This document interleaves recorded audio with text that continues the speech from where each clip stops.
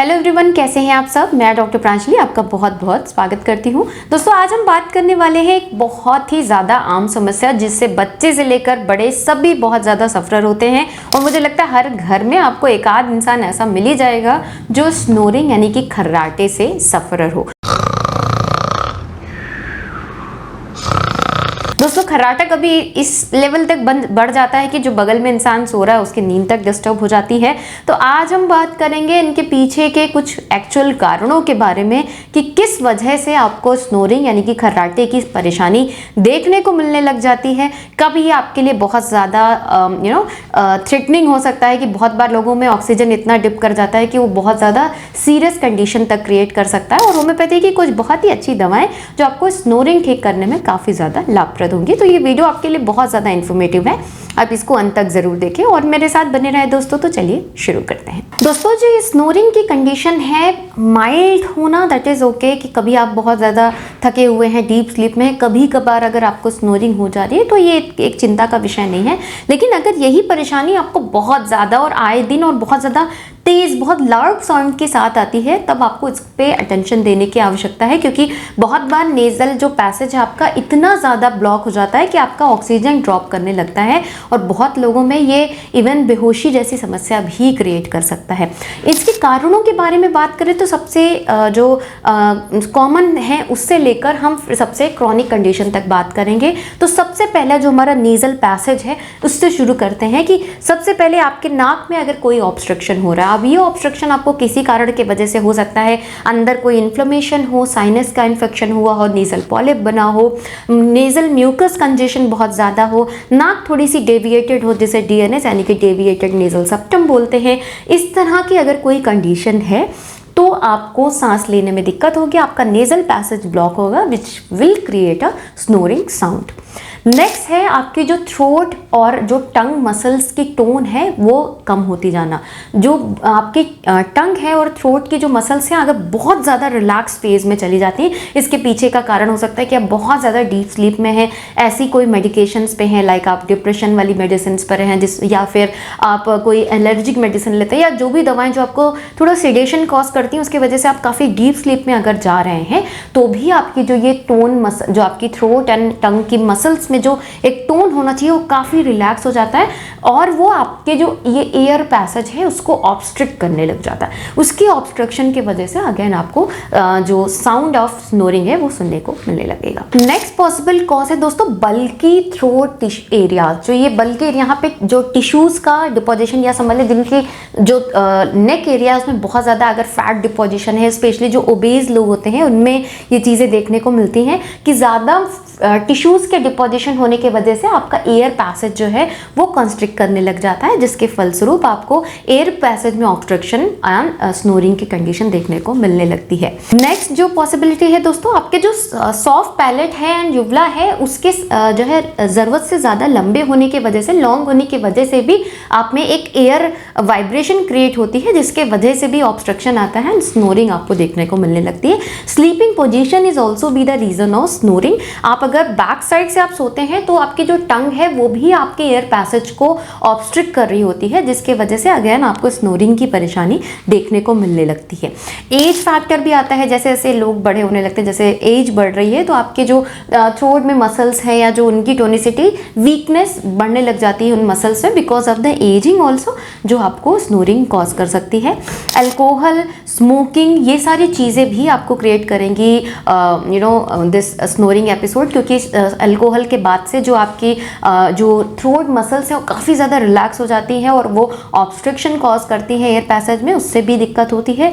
Smoking से जो आपके लैरिंग्स, आपके थ्रोट एरिया के जो अंदर सेल्स हैं वो काफ़ी डैमेज होती हैं, इन्फ्लेम्ड हो जाती हैं थ्रोट में। आपने सुना होगा जो स्मोकर्स होते हैं उनकी वॉइस बहुत ज़्यादा हार्श हो जाती है, अंदर के जो थ्रोट का एरिया है उसके अंदर की जो सेल्स हैं वो काफ़ी डैमेज हो जाती है, इन्फ्लेम हो जाती है और वो भी इन्फ्लेमेशन की वजह से नैरोइंग ऑफ थ्रोट क्रिएट करती हैं which leads leading again snoring episode. तो जो भी रीज़न है आप पहले ये समझें कि चाहे वो बच्चा है, बच्चों में मोस्टली जो नेज़ल जो पॉलिप्स है या फिर माइल्ड डीएनएस की कंडीशन है या साइनस इन्फ्लेमेशन है या जुकाम होने की वजह से नेज़ल म्यूकस ज़्यादा डिपॉजिट है, इन सब से ज़्यादा देखने को मिलता है। या फिर एडिनॉइड्स बन रहा है, वो भी अगर साइज में काफ़ी बढ़ गया है तो भी पीछे पैसेज को वो ब्लॉक करता है एंड आपको स्नोरिंग देखने को मिलती है। ये सारे बिगेस्ट रीज़न होते हैं बच्चों में स्नोरिंग कॉज करने के। एडल्ट में जो मैंने सारी चीज़ें बताई इनमें से कोई भी हो सकती है, लाइफस्टाइल हो सकता है, अल्कोहल हो सकता है, कुछ मेडिकेशंस हो सकती हैं, स्मोकिंग हो सकती है, वेट हो सकता है। सो पहले अपने कारण ज़रूर पॉइंट आउट करें if you really want to treat your problem. आप उस पर काम करेंगे कि हाँ मुझे इस वजह से ये दिक्कत हो रही है, जब वो ठीक होगी तो आधी परेशानी तो आपकी वैसे ही ठीक होनी शुरू हो जाएगी। अब बात करते हैं होम्योपैथी की बहुत अच्छी दवाएं जो एक्चुअली बहुत अच्छा काम करती हैं आपके स्नोरिंग के इशू पे।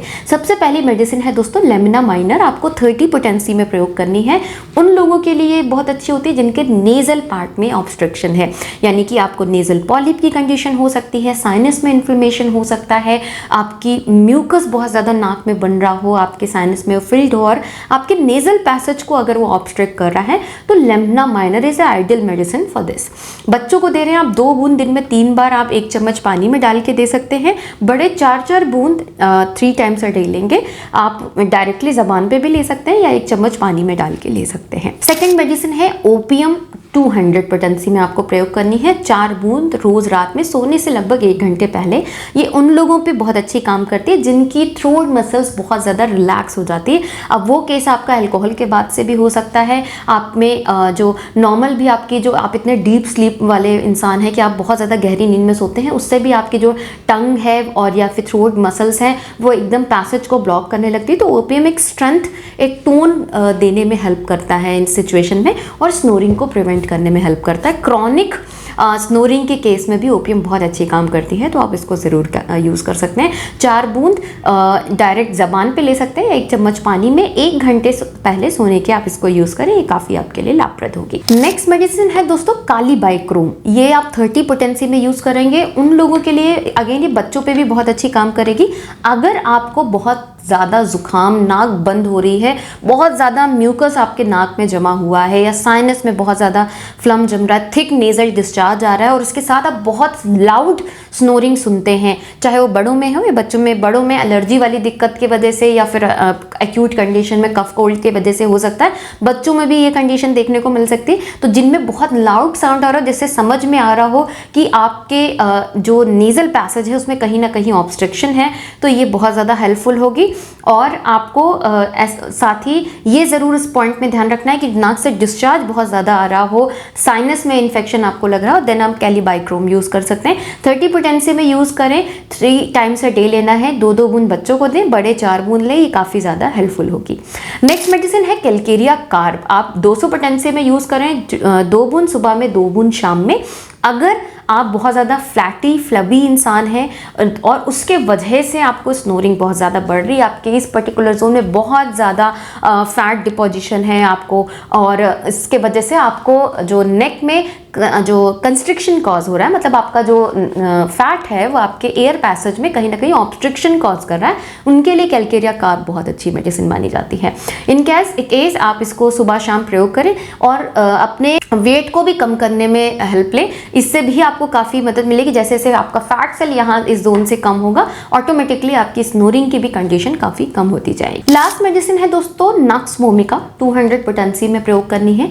उन लोगों के लिए बहुत अच्छी होती है जो बहुत ज़्यादा अल्कोहल कंजम्पशन करते हैं और अल्कोहल के बाद से उनको स्नोरिंग बहुत ज़्यादा बढ़ जाती है। मेरे पास बहुत सारे ऐसे पेशेंट हैं जिन्होंने ये कंप्लेन मुझे स्पेसिफिकली बताया कि मैम जिस दिन मैं अल्कोहल कंजम्पशन करता हूँ मुझे स्नोरिंग बहुत ज़्यादा बढ़ जाती है। और जो स्नोरिंग है even not only alcohol, even over eating के बाद से भी बढ़ती है। जिनका लाइफस्टाइल बहुत ज़्यादा सेडेंटरी है, बॉडी मूवमेंट बहुत कम रहते हैं, साथ ही साथ आपको गले में कुछ इरिटेशन फील होता हो, ऐसा लगता है something is obstructing the throat, या फिर आपको गले में कुछ ऐसा इरिटेशन से डेवलप हो रहा हो जो आपकी नींद भी डिस्टर्ब करने लग जाए, ऐसी कंडीशन में आप नक्स वोमिका ले सकते हैं। 200 पोटेंसी में 4 बूंद सोने से 1 घंटे पहले लीजिए, ये आपकी स्नोरिंग भी कम करेगी साथ ही आपकी जो ओवर ईटिंग की वजह से इरिटेशन डेवलप हो रहा है, बहुत लोगों को फ्लम सा यहाँ बनने लग जाता है।